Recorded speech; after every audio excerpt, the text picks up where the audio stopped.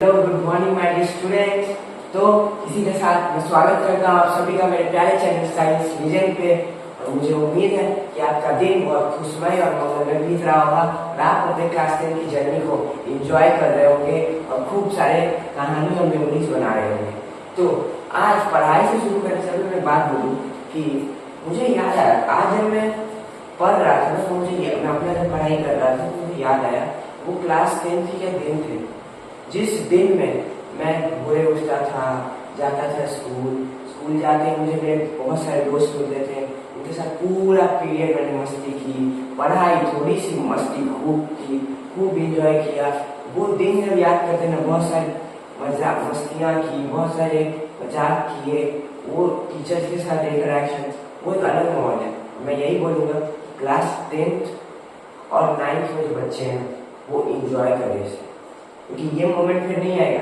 एक बार 11th-12th में आ गए तो फिर आपको बहुत ज़्यादा पढ़ना पड़ेगा, आपकी पढ़ाई का स्ट्रेस, आपका पढ़ाई का लोड बढ़ जाएगा।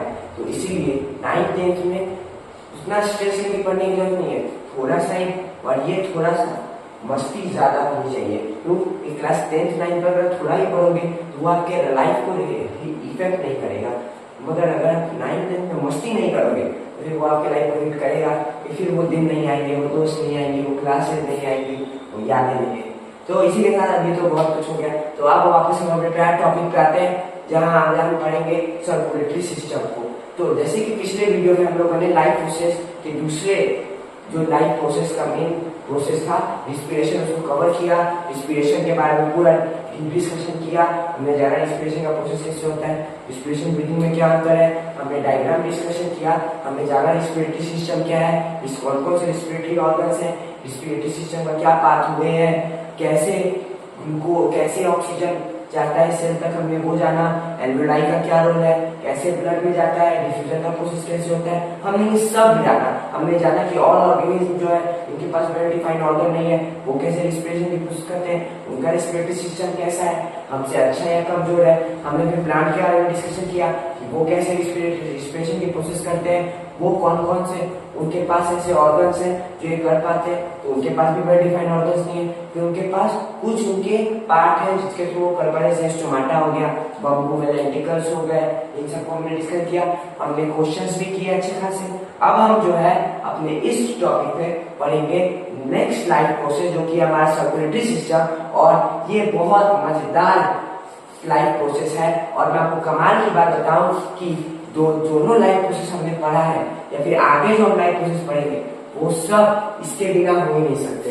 ना आपका न्यूट्रिशन हो सकता है, ना आपका न्यूट्रिशन का कोई फायदा होगा, ना आपके रिस्पिरेशन का कोई फायदा होगा, ना तो रिस्पिरेशन प्रोसेस का कोई फायदा होगा, ना न्यूट्रिशन प्रोसेस का कोई फायदा होगा अगर ये प्रोसेस एग्जिस्ट नहीं करे। तो ये प्रोसेस बहुत इंपॉर्टेंट है। तो आइए जानते हैं इसी के साथ इस प्रोसेस के बारे में। तो इसी का स्वागत करता हूँ साइंस रिवीजन में, और चलिए पढ़ते हैं नेक्स्ट लाइफ प्रोसेस सर्कुलेटरी।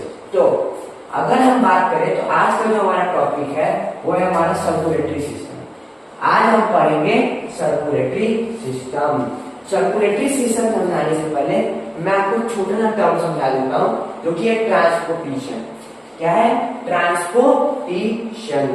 आपको वर्ड से ही समझ में आ रहा होगा। ट्रांसपो, अगर आप इसके एफिक्स कहते हैं जो किसी भी वर्ड का पहले किसी भी वर्ड का जो पहला लेटर होता है एफिक्स कहते हैं, उसे क्या कहते हैं? एफिक्स।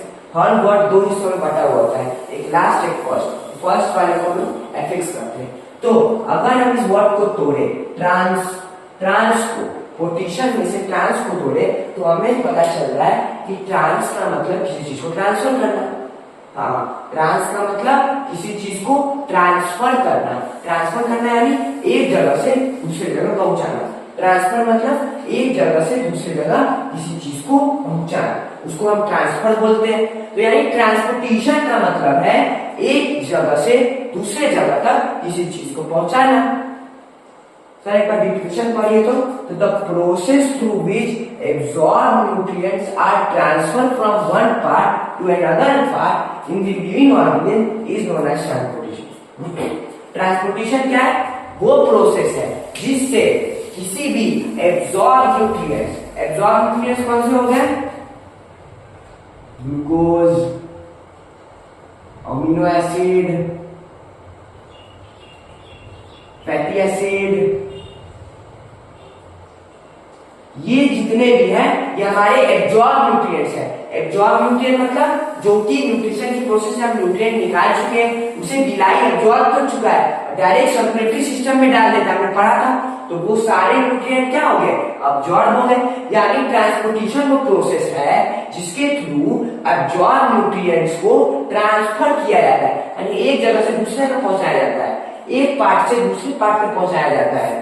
और इन दी लिविंग ऑर्गन, किसी भी लिविंग ऑर्गन जिंदा जिंदा जिंदा जीव जंतु में उस प्रोसेस को हम लोग ट्रांसपोर्टेशन करते हैं।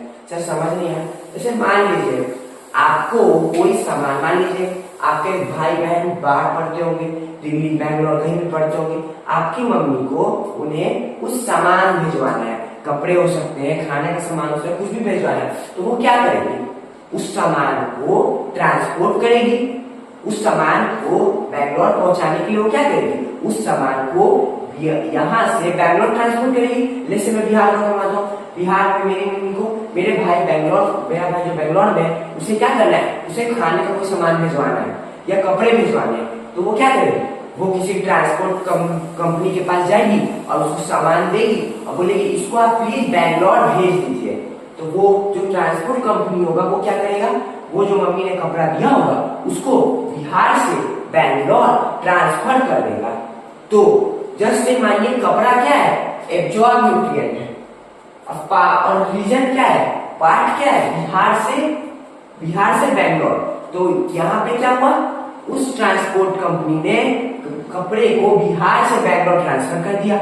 वैसे ही किसी लिविंग ऑर्गेनिज्म में किसी एब्जॉर्ब न्यूट्रिएंट को जब एक बड़ी पार्ट से दूसरे पार्ट पर ट्रांसफर किया जाता है तो उस प्रोसेस को हम ट्रांसपोर्टेशन कहते हैं। ठीक है, अब ट्रांसपोर्टेशन समझने से पहले एग्जांपल समझे, blood transfer glucose into the cell in the human being, हम सबको पता है। आप एक बात करिए, सेलुलर रेस्पिरेशन जब होता है ह्यूमन बीइंग में तो ग्लूकोज और ऑक्सीजन की जरूरत कहाँ होती है, सेलुलर रेस्पिरेशन में होता क्या, सेल में होता है। सेल में सेलुलर रेस्पिरेशन होने के लिए क्या चाहिए, ग्लूकोज और ऑक्सीजन चाहिए।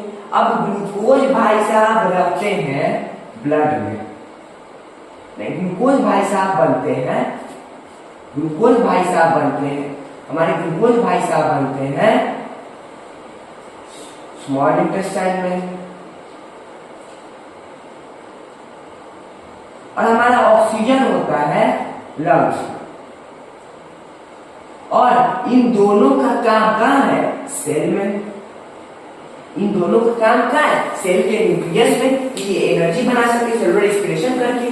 तो अब ये दोनों सेल के पास कैसे पहुंचेंगे, कोई होना चाहिए ना जो ग्लूकोज को स्मॉल इंटेस्टाइन से कहाँ ले जाए, सेल में। कोई होना चाहिए ना जो ऑक्सीजन को लंग से कहाँ ले जाए, सेल में। यानी कोई होना चाहिए ऐसा व्यक्ति जो इन्हें ट्रांसपोर्ट करे, कोई इन्हें ट्रांसपोर्ट करे। तो जो इन्हें ट्रांसपोर्ट करेगा एक प्लेस से दूसरे प्लेस, वो क्या है, ब्लड के थ्रू ग्लूकोज और ऑक्सीजन दोनों कहाँ जाएंगे, सेल में जाएंगे।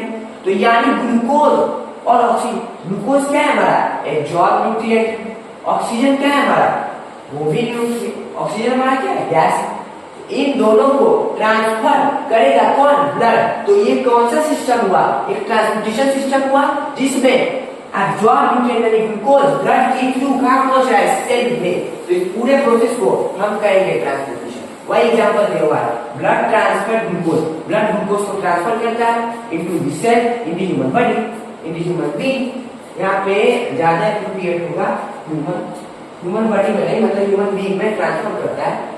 आप इसे ह्यूमन बीइंग में ह्यूमन बॉडी लिखिए।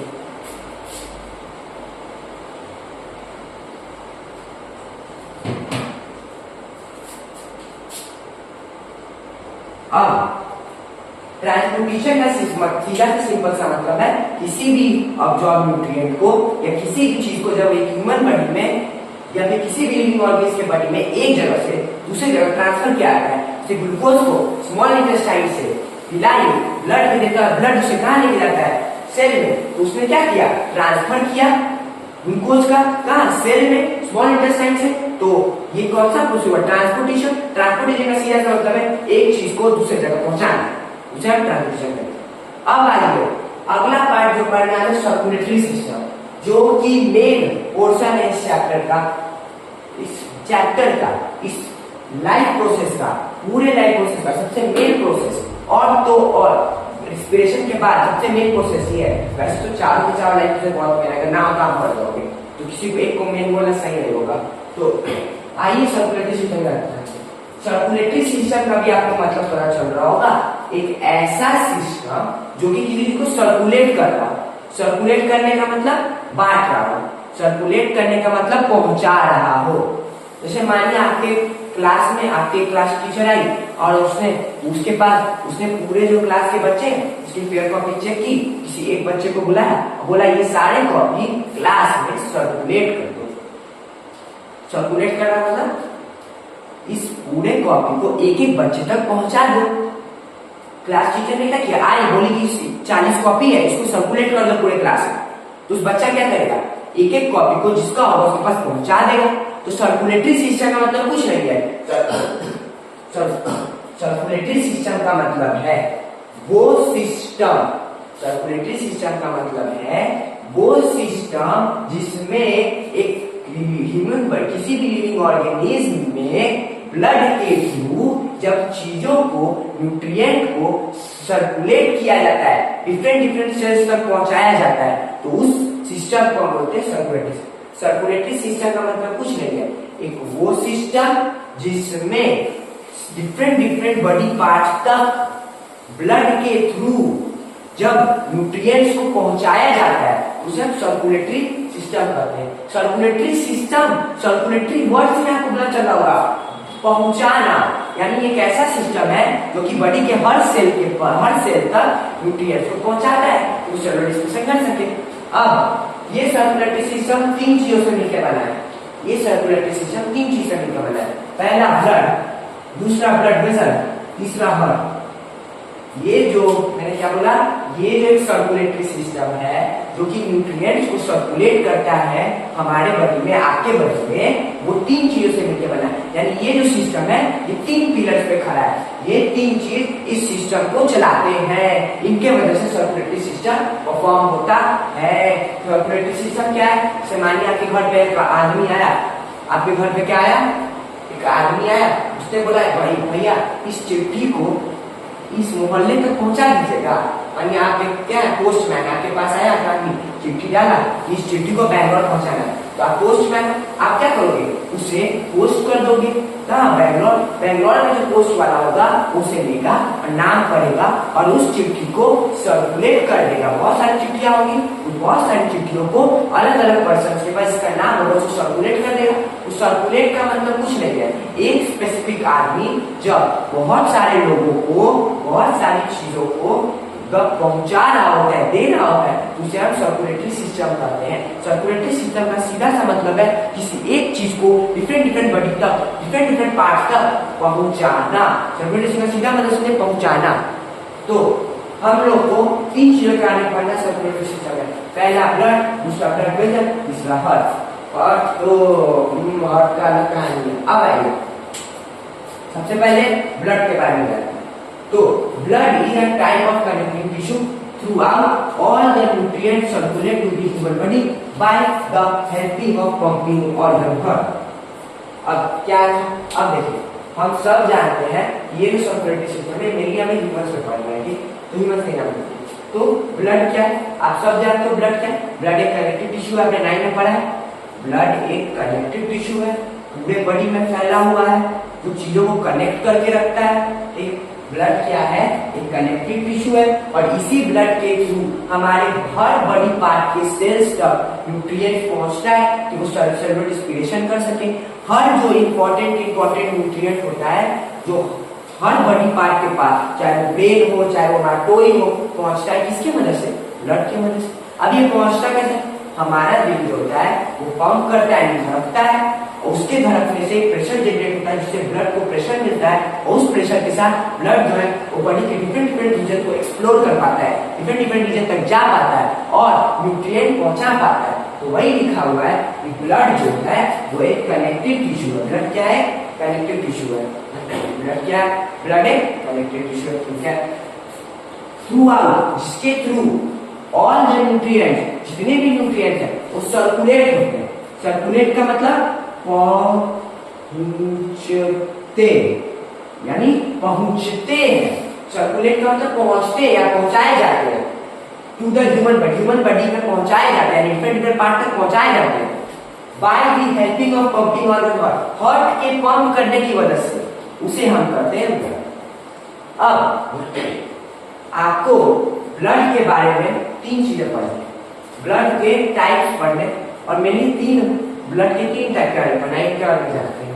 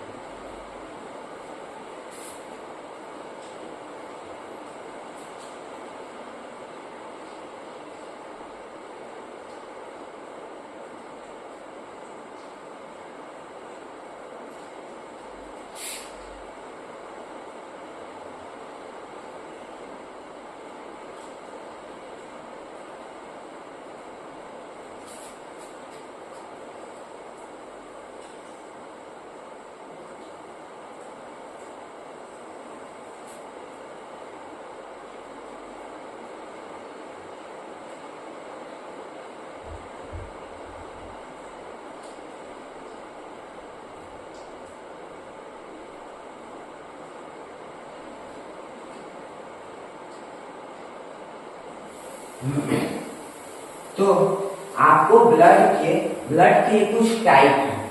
ये क्या है? ब्लड के कुछ टाइप है। हमने ब्लड के बारे में जान लिया कि भाई ब्लड एक कनेक्टिव टिश्यू है, ठीक है। ये ब्लड के कुछ टाइप है।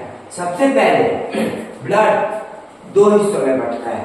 एक होता है हमारा ब्लड प्लाज्मा, एक होता है हमारा ब्लड कार्पोसेल्स। एक होता है हमारा ब्लड कार्पोसेल्स, ब्लड कार्पोसेल्स, ब्लड कार्पोसेल्स। सबसे पहले हमारा होता है ब्लड कार्पोसेल्स। ब्लड सबसे पहले 2 हिस्सों में बंटता है। एक होता है हमारा ब्लड प्लाज्मा, एक होता है हमारा ब्लड कार्पोसेल्स। ब्लड प्लाज्मा जो होता है वो कलरलेस और लिक्विड लाइक स्ट्रक्चर होता है। लिक्विड लाइक स्ट्रक्चर होता है।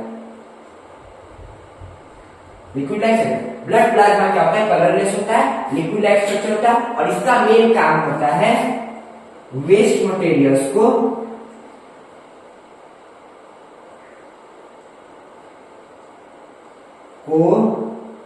कलेक्ट करना फ्रॉम ब्लड। इसका मेन काम होता है जितने भी वेस्ट मटेरियल इस ब्लड में मौजूद है उसको पकड़ के रखना, उसको स्टोर करना। इसका क्या काम है? जितने भी वेस्ट मटेरियल है उसको ब्लड में स्टोर करके रखना, इसका काम है। ये कलरलेस होता है और ये लिक्विड लाइक स्ट्रक्चर है, ठीक है। बस इससे ज्यादा आपको नहीं पढ़ना। इसके भी कुछ 2 टाइप होते हैं, एक सीरम होता है, एक फिब्रोजेन होता है। फिब्रोजेन और सीरम आपको अभी नहीं पढ़ना, वो आपको हायर क्लास में पढ़ना, इसपे आप ध्यान दीजिए। अब आइएगा हमारा जो मेन पोर्शन है वो ये है। दूसरा जो इसका टाइप है वो है ब्लड कार्पोसेल्स। दूसरा जो ब्लड का टाइप है वो ब्लड कार्पोसेल्स। ब्लड कार्पोसेल्स के 3 टाइप है। सबसे पहले आरबीसी, रेड ब्लड सेल, जिसे आप लोग इरिथ्रोसाइट कहते हो। इरिथ्रोसाइट जो है वो साइंटिफिक नेम है। ये नाम जो हमने रखा ये साइंटिफिक नेम है, शुरू से इसका नाम था। तो आरबीसी को इरिथ्रोसाइट बोलते हैं, रेड ब्लड। दूसरा जो इसका टाइप है डब्ल्यूबीसी। डब्ल्यूबीसी का मतलब व्हाइट ब्लड सेल, इसे हम लोग साइंटिफिक नेम में ल्यूकोसाइट्स कहते हैं। तीसरा प्लेटलेट्स। प्लेटलेट्स को हम लोग थ्रोम्बोसाइट्स बोलते हैं, थ्रोम्बोसाइट्स बोलते हैं। प्लेटलेट को हम लोग थ्रोम्बोसाइट्स बोलते हैं, थ्रोम्बोसाइट्स बोलते हैं। प्लेटलेट्स को हम लोग थ्रोम्बोसाइट्स बोलते हैं। क्या बोलते हैं? थ्रोम्बोसाइट्स बोलते हैं। तो ये ब्लड के एग्जांपल है। जैसे कि मैंने आपको बताया कि ब्लड क्या है, ब्लड एक कनेक्टिव टिश्यू है जिसके थ्रू हमारे बॉडी में कोई भी चीज, कोई भी न्यूट्रिएंट ट्रांसफर हो पा रहा है एक बॉडी पार्ट से दूसरे बॉडी पार्ट तक, वो इसके वजह से हो रहा है by the help of pumping organ. इसके कुछ टाइप है, एक ब्लड प्लाज्मा, एक ब्लड कार्पोसेल। ब्लड कार्पोसेल के 3 टाइप है, आरबीसी, डब्ल्यूबीसी, प्लेटलेट्स। और प्लाज्मा के 2 टाइप है, सीरम और फिब्रोजिन। इसे आप एक बार जल्दी से लिख लीजिए, फिर हम आगे बढ़ते हैं। हाँ, तो जैसे हमने जो पिछले स्लाइड में जो लिखा उसमें हमने जाना कि ट्रांसपोर्टेशन सिस्टम क्या होता है। तो हमें पता चला ट्रांसपोर्टेशन सिस्टम कुछ नहीं वो सिस्टम जिसमें एक चीज को दूसरे जगह ट्रांसफर किया जाता है उसे हम ट्रांसपोर्टेशन बोलते हैं। ह्यूमन बॉडी में ट्रांसपोर्टेशन का क्या मतलब बेटा? ह्यूमन बॉडी में या किसी लिविंग ऑर्गन में ट्रांसपोर्टेशन का यही मतलब है ना कि जब हम किसी भी लिविंग ऑर्गन के बॉडी के अंदर किसी ऑब्जॉर्व न्यूट्रिएंट को एक स्पेसिफिक रीजन से उठा के, एक जगह से उठा के अलग अलग जगहों पे अलग अलग जगह पहुंचाते हैं, तो उस पहुंचाने तक के पूरा एक जो सिस्टम बना, उस प्रोसेस बना, उसे हम ट्रांसपोर्टेशन बोलते हैं। हमने सर्कुलेटरी सिस्टम देखा। सर्कुलेटरी सिस्टम क्या थी? तो हमें पता चला सर्कुलेटरी सिस्टम मतलब सर्कुलेट यानी किसी चीज को सर्कुलेट करना यानी पहुंचाना, बांटना। तो हमें पता चला कि सर्कुलेटरी सिस्टम का मतलब है किसी चीज को सर्कुलेट करना, किसी चीज को अलग अलग जगह पहुंचाना। इसको उस पूरे सिस्टम को जो पूरा सिस्टम करे उसे हम सर्कुलेटरी सिस्टम बोलते हैं। हमने पिछले स्लाइड में देखा कि सर्कुलेटरी सिस्टम का मतलब क्या? किसी चीज को सर्कुलेट करना, किसी चीज को सर्कुलेट करना। और ये जो चीज को सर्कुलेट कर रहा होगा ये बड़े पैमाने पे कर रहा होगा, तो ये एक सिस्टम का रूप ले लिया। मैंने क्या बोला? सर्कुलेटरी सिस्टम ने पिछले स्लाइड में पढ़ा था। सर्कुलेटरी सिस्टम क्या था? एक ऐसा सिस्टम जो कि चीजों को सर्कुलेट करता हो, एक जगह से अलग अलग जगहों पे चीजों को सर्कुलेट करता हो। ह्यूमन बॉडी में इसका क्या एग्जाम्पल बैठा? ह्यूमन बॉडी में हम सब जानते हैं कि न्यूट्रिशन की प्रोसेस से हम लोग न्यूट्रिएंट निकालते हैं, वो न्यूट्रिएंट अब्सॉर्ब होते हैं। उन सारे न्यूट्रिएंट्स को हमें ट्रिलियंस ऑफ सेल्स तक पहुंचाना है। तो उन ट्रिलियंस ऑफ सेल्स तक पहुंचाने वाला जो चीज होगा, जो ट्रिलियंस ऑफ सेल्स तक ग्लूकोज को पहुंचाएगा, उसे हम क्या कहेंगे? उसे हम कहेंगे सर्कुलेटरी सिस्टम। यानी एक ऐसा सिस्टम जो कि ह्यूमन बॉडी में न्यूट्रिएंट्स को डिफरेंट सेल्स तक पहुंचाता हो, उसे हम कहेंगे कि वो क्या है? सर्कुलेटरी सिस्टम है। सर्कुलेटरी सिस्टम 3 चीजों से मिलकर बना था, हमने देखा था, ब्लड वेसल, हार्ट। यही 3 चीज है जो कि हमारे ह्यूमन बॉडी में किसी भी चीज को सर्कुलेट करवाती है। किसी भी चीज मतलब न्यूट्रिएंट को सर्कुलेट कराती है। किसी भी लिविंग ऑर्गेनिज्म में यही 3 चीज है जो हमारे बॉडी में जो सर्कुलेट कराती है। किसे? न्यूट्रिएंट को। यानी ह्यूमन बॉडी में यही 3 चीज है जो कि न्यूट्रिएंट को सर्कुलेट कराती है। पहला ब्लड, दूसरा ब्लड वेसल, तीसरा हार्ट। इन्हीं की मदद से ह्यूमन बॉडी के अंदर कोई न्यूट्रिएंट एक जगह से दूसरी जगह जाता है, डिफरेंट जगह जाता है, इसे हम कहते हैं। आइए इसको एक कहानी के वजह से मानिए आपकी मम्मी को भेजना है फूड। कहाँ? बैंगलोर। आपकी मम्मी को फूड भेजना है बैंगलोर, तो सबसे पहले कहाँ जाएगी? Transport office. ट्रांसपोर्ट ऑफिस क्या करेगा? इसे पैक करेगा। इसे पैक करने के बाद इसे शिफ्ट करेगा, इसे भेज देगा। कहां? बैंगलोर। किसके थ्रू? प्लेन के थ्रू। फिर ये कहां पहुंचेगा? कहां पहुंचेगा हमारा? कहां पहुंचेगा हमारा? ये पहुंचेगा बैंगलोर। और बैंगलोर में मिल जाएगा उस आदमी को जिसको भेजना था। तो आराम से समझिए इसके थ्रू सर्कुलेटरी सिस्टम। मान लीजिए आपकी मम्मी जो है वो ह्यूमन बॉडी कौन है? आपकी मम्मी। आपकी मम्मी को भेजना है फूड को मान लीजिए न्यूट्रिएंट्स। आपकी मम्मी यानी आपकी मम्मी को फूड भेजना है, यानी आपके बॉडी को न्यूट्रिएंट भेजना है। कहां? बैंगलोर को मान लीजिए डिफरेंट बॉडी पार्ट या सेल। तो यानी आपकी मम्मी को फूड भेजना है बैंगलोर, ठीक है, तो यानी बॉडी को न्यूट्रिएंट भेजना है डिफरेंट डिफरेंट सेल्स के पास। तो कैसे भेजेगा? वो फॉलो करेगा सर्कुलेटरी सिस्टम। सर्कुलेटरी सिस्टम यानी वो गया ट्रांसपोर्ट ऑफ हीट, यानी उसने किया ट्रांसपोर्टेशन, उसने किया ट्रांसपोर्टेशन के थ्रू मम्मी ने फूड को बैंगलोर भेजा, यानी ट्रांसपोर्टेशन के थ्रू बॉडी ने ऑब्जॉर्ब न्यूट्रिएंट्स को बॉडी के डिफरेंट डिफरेंट पार्ट्स में भेजा। तो सबसे पहले ट्रांसपोर्टेशन जानते हैं, तो ट्रांसमीटर ऑफिस में जब गया, यानी ट्रांसपोर्टेशन यानी सर्कुलेटरी सिस्टम में जब किसी चीज को पहुंचाने की बारी है, तो सबसे पहले उसका हुआ पैक, सबसे पहले हुआ उसका पैकिंग, सबसे पहले हुआ उसका पैकिंग। उस पैकिंग को आप मान लीजिए ब्लड भी क्या करता है, जो भी न्यूट्रिएंट है उसको अपने पास रखता है। तो ये क्या हुआ, सबसे पहले आया इस पैक के पास, किसके पास, पैक हुआ, यानी सबसे पहले आया ब्लड के पास, सबसे पहले आया ब्लड के पास। अब जाइए आज जानते हैं ब्लड के बारे में।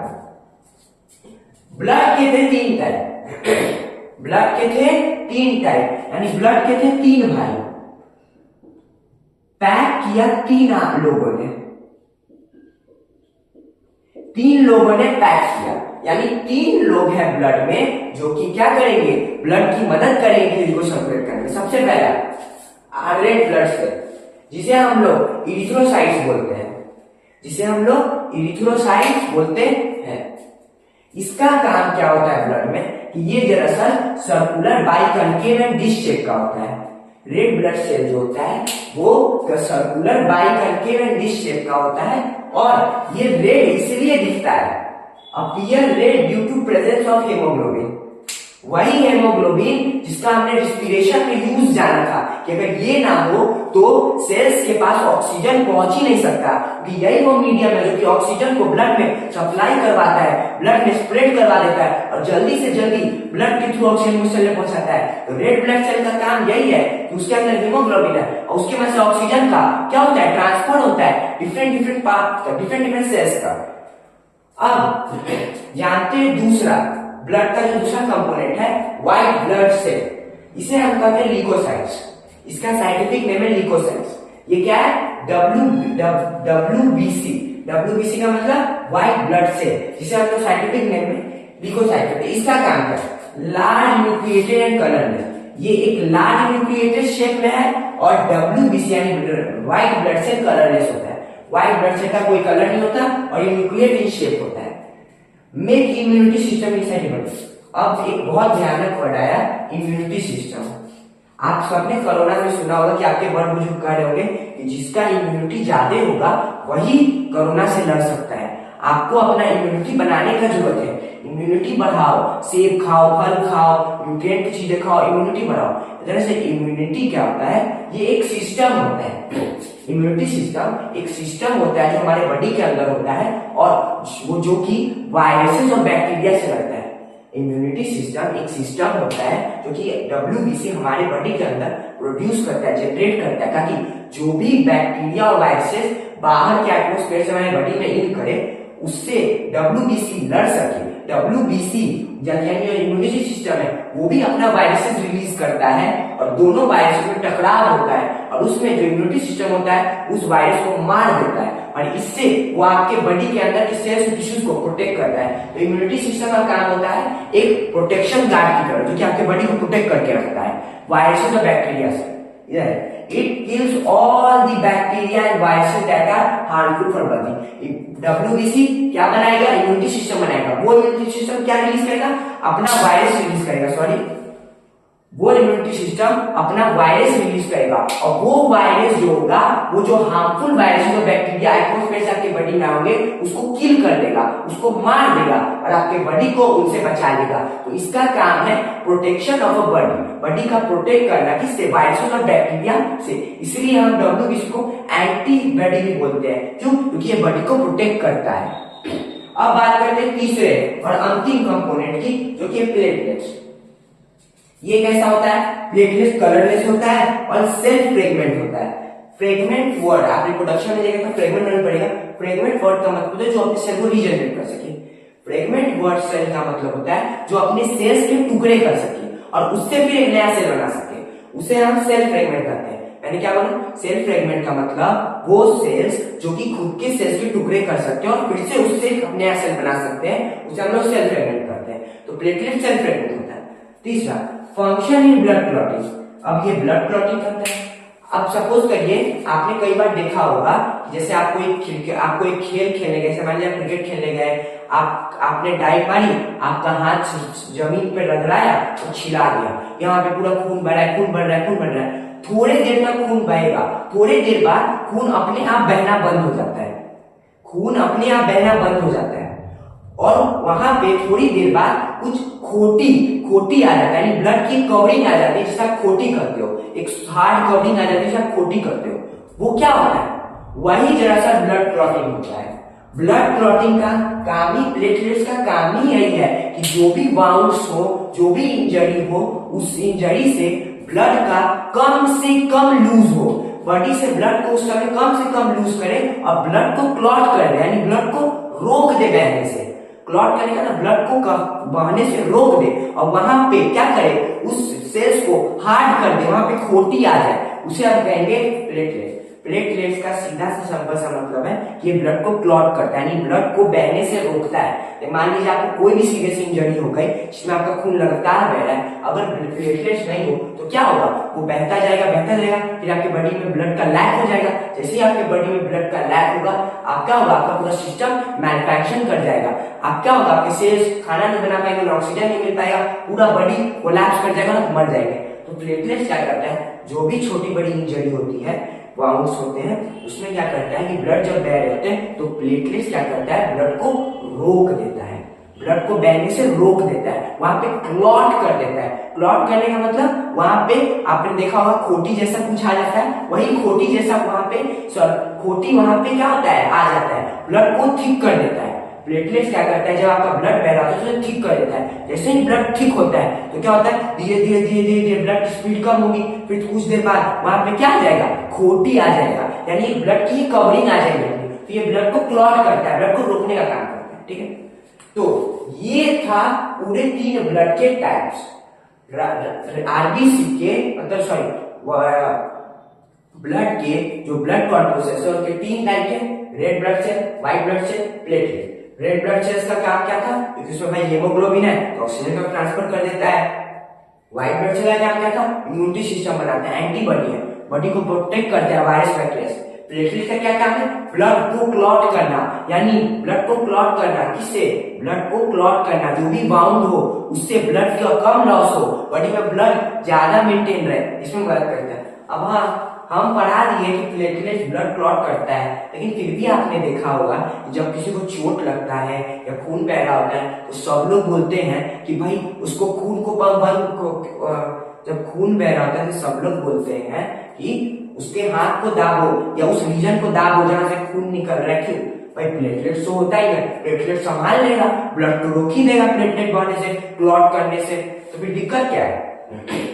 तो वो इसीलिए कि प्लेटलेट्स भी तभी वर्क करेगा जब ब्लड के फ्लो स्लो होगी। अगर ब्लड का फ्लो बहुत ज्यादा है तो क्या होगा, प्लेटलेट्स वर्क नहीं करेगा, क्योंकि प्लेटलेट्स छोटे पैमाने पे वर्क करते हैं। जब तक आप ब्लड के फ्लो को कम नहीं करोगे तब तक प्लेटलेट क्लॉट नहीं करेगा, क्लॉटिंग की प्रोसेस नहीं करेगा, यानी ब्लड को ठीक नहीं कर पाएगा।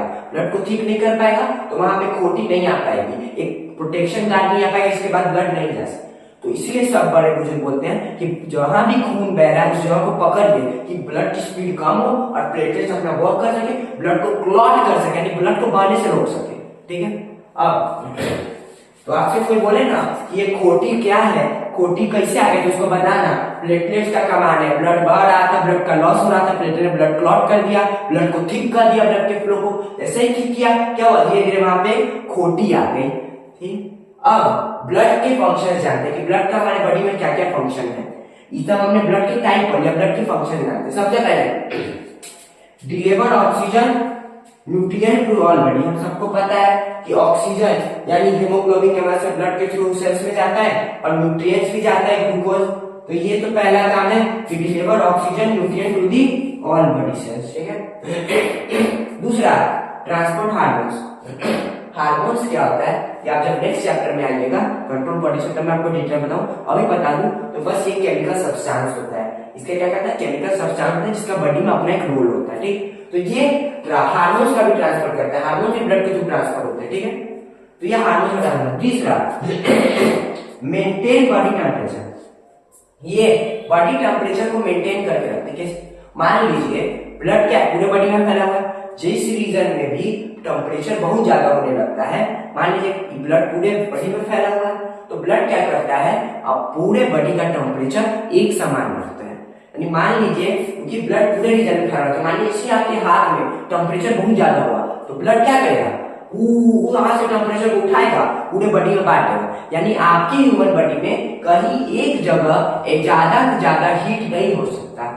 मैंने क्या बोला, आपके ह्यूमन बॉडी में किसी एक पार्ट पे ज्यादा हीट एनर्जी नहीं हो सकती, पूरे बॉडी में हीट एनर्जी इक्वली डिस्ट्रीब्यूट है। क्यों, इस ब्लड के थ्रू। ये ब्लड पूरे बॉडी में डिस्ट्रीब्यूटेड है, तो ये क्या करता है, जो भी हीट आपके बॉडी में जनरेट होती है या प्रेजेंट होती है उसको पूरे बॉडी में सर्कुलेट कर देता है अपने साथ। तो इसलिए टेम्परेचर मेंटेन रहता है। कभी आपने सुना है मेरा हाथ ज्यादा गर्म है मेरे पीठ से, नहीं, पूरा बॉडी गर्म होता है एक साथ, नॉर्मल इंसानों की। चौथा, मेंटेन पीएच मेंटेन करना। जब आप एसिड बेस पढ़ेगा तो वहां पे आप पीएच का मतलब समझिएगा। पीएच का आप ये मतलब समझिए कि एसिड और बेसिक नेचर जो होता है उन्हें कंट्रोल कर, उन्हें मेंटेन करके रखता है। यानी ना तो ब्लड ज्यादा एसिडिक है, ना तो ज्यादा ब्लड बेसिक है, ब्लड जो है वो न्यूट्रल है। ब्लड का जो पीएच होता है, ब्लड का पीएच होता है 7.2। ब्लड का जो पीएच होता है वो 7.2 होता है, तो यानी आप इसे न्यूट्रल बोल सकते हो। ब्लड का पीएच जो होता है वो न्यूट्रल होता है, ना एसिडिक ना बेस, तो वही पीएच को मेंटेन करके रखता है, ठीक है। अब प्रिवेंट इन्फेक्शन से प्रिवेंट करता है, कैसे, WBC, इम्यूनिटी सिस्टम, एंटीबॉडी, जो भी वायरस आएंगे मार देंगे, तो प्रोटेक्ट करता है ना इन्फेक्शन से, WBC एंटीबॉडी। अब repair cells of a body after wound, body के जो सेल्स होते हैं उन्हें रिपेयर करता है, उन्हें क्या करता है, रिपेयर करता है। Platelet blood clotting. अब सर ये लाइन समझ में है, आपने देखो, मान लो आपको हाथ पे चोट लग गया, ठीक, खूब सारा खून बहा, प्लेटलेट्स आया, प्लेटलेट्स ने ब्लड क्लॉटिंग किया, वहां पे खोटी आया। कुछ समय बाद वो खोटी आप देखिएगा अपने आप उधर जाएगा। तो बहुत बच्चे खुद उधार लेते हैं, जब आप उसे 5-6 दिन में उधारिएगा तो वापस से वहां पे सेल्स, नॉर्मल सेल्स आ जाएंगे। यानी पहले जैसा सेल्स था उस रीजन में, वैसे ही सेल्स आ जाएंगे, मसल्स आ जाएंगे। क्यों, क्योंकि जो प्लेटलेट होता है वो सेल फ्रेगमेंट होता है, यानी जो सेल उस समय बाउंड के वक्त डैमेज हुए थे, वो प्लेटलेट ने क्या किया, प्लेटलेट के सेल्स ने उसे फिर से सेल फ्रेगमेंट कर दिया, फिर से उसे रीजनरेट कर दिया, और फिर से उस रीजन को क्या कर दिया, रिपेयर कर दिया और ठीक कर दिया, और उस रीजन के जो सेल्स थे वो वापस से पुराने जैसे हो गए। मैंने क्या बोला, प्लेटलेट्स के 2 काम है। पहला तो ब्लड क्लॉटिंग करता है, यानी ब्लड को, एक्सेस ब्लड को हमारे बॉडी से लूज होने से बचाता है, सबसे पहला काम, ठीक है। दूसरा काम, जो सेल्स उस रीजन के डैमेज होते हैं उसे रिपेयर भी करता है। वो जो आप खोटी देखते हो वैसे ही थोड़ी आता है, उस खोटी के अंदर प्लेटलेट जो होता है अपना काम कर रहा होता है, पूरे सेल्स को रिपेयर कर रहा होता है, रीजनरेट कर रहा होता है। इसीलिए आपका छोटे मोटे चोटों के बाद आपका सेल्स वापस से ठीक हो जाता है, आप वापस पुराने जैसे दिखने लगते हो। तो जाके प्लेटलेट्स के 2 वर्क है, पहला तो ब्लड क्लॉट करता है, दूसरा सेल्स को रिपेयर भी करता है। तो प्लेटलेट्स बहुत जरूरी है। आपने देखा होगा कभी आपका हाथ छिला गया, कितनी बार बचपन से लेकर अभी तक आपका हाथ छिला होगा, लेकिन आप अपने हाथ को देखिए, अभी भी आपका हाथ बिल्कुल पुराने जैसा होगा। क्यों, प्लेटलेट्स की वजह से ब्लड को क्लॉट कर देता है, रिपेयर करता है बॉडी को, रिपेयर करता है उस सेल्स को कि वापस से वो पुराने जैसे हो जाए। तो इसी के साथ ब्लड का टॉपिक हमारा खत्म हुआ। अब आइए इस कहानी पे जिसको समझते हैं। मम्मी ने फूड भेजा बैंगलोर, ठीक है। तो यानी बॉडी ने न्यूट्रिएंट्स भेजा किसे, डिफरेंट सेल्स को। उस भेजने के लिए वो किसके पास गई, न्यूट्रिएंट को भेजने के लिए किसके पास गई, ट्रांसपोर्ट ऑफिस, यानी सर्कुलेटरी सिस्टम या ट्रांसपोर्टेशन सिस्टम, कुछ भी बोल दो, सर्कुलेटरी या ट्रांसपोर्टेशन सिस्टम। अब जब वो सर्कुलेटरी सिस्टम में गई तो सर्कुलेटरी सिस्टम ने सबसे पहले काम किसको दिया, पैक को। पैक यानी ब्लड को काम दिया, पैक को काम दिया। पैक के 3 लोग थे, उन तीनों ने क्या किया, उसको पैक किया बढ़िया से। पैक करने के बाद अब वो पहुंचा एरोप्लेन। एरोप्लेन क्या है? जो पहुंचाएगा। पैक क्या था? पैक क्या था? जिसने दिया। एरोप्लेन क्या है? जिसके थ्रू जाएगा। पैक मेरा क्या था? जो दिया। एरोप्लेन क्या है मेरा? जिसके थ्रू जाएगा। और एरोप्लेन को आप बोल दीजिए ब्लड वेजल्स। ये जो ब्लड के थ्रू न्यूट्रिएंट ट्रांसफर करते हैं, ये ब्लड वेजल्स के थ्रू करते हैं। यानी ये जो न्यूट्रिएंट जाएगा ब्लड में, वो किसके थ्रू जाएगा? एरोप्लेन यानी ब्लड वेजल्स के थ्रू। और इस कहानी को हम कंटिन्यू करेंगे हमारे नेक्स्ट टॉपिक में। तब तक के लिए मुझे उम्मीद है मैंने आपको अच्छे से पढ़ाया होगा। कोई गलती हो गई होगी तो आप कमेंट सेक्शन में जरूर लिख के बोलिएगा, और मैं पूरी कोशिश करूंगा कि मैं अगली बार से और अच्छे से पढ़ाऊं, उसमें सुधार करूं। तब तक के लिए आप हो सके तो इस वीडियो को लाइक, सब्सक्राइब और जितने से जितने लोगों के पास हो तो ये शेयर कर सकें, कि मैं उन्हें भी अच्छे से पढ़ा सकूं, उन्हें भी साइंस से प्यार कर सकूं, उनका कॉन्सेप्ट भी क्लियर कर सकूं और उनका भी फेवरेट टीचर बन सकूं। तब तक के लिए टाटा, बाय बाय, नमस्कार।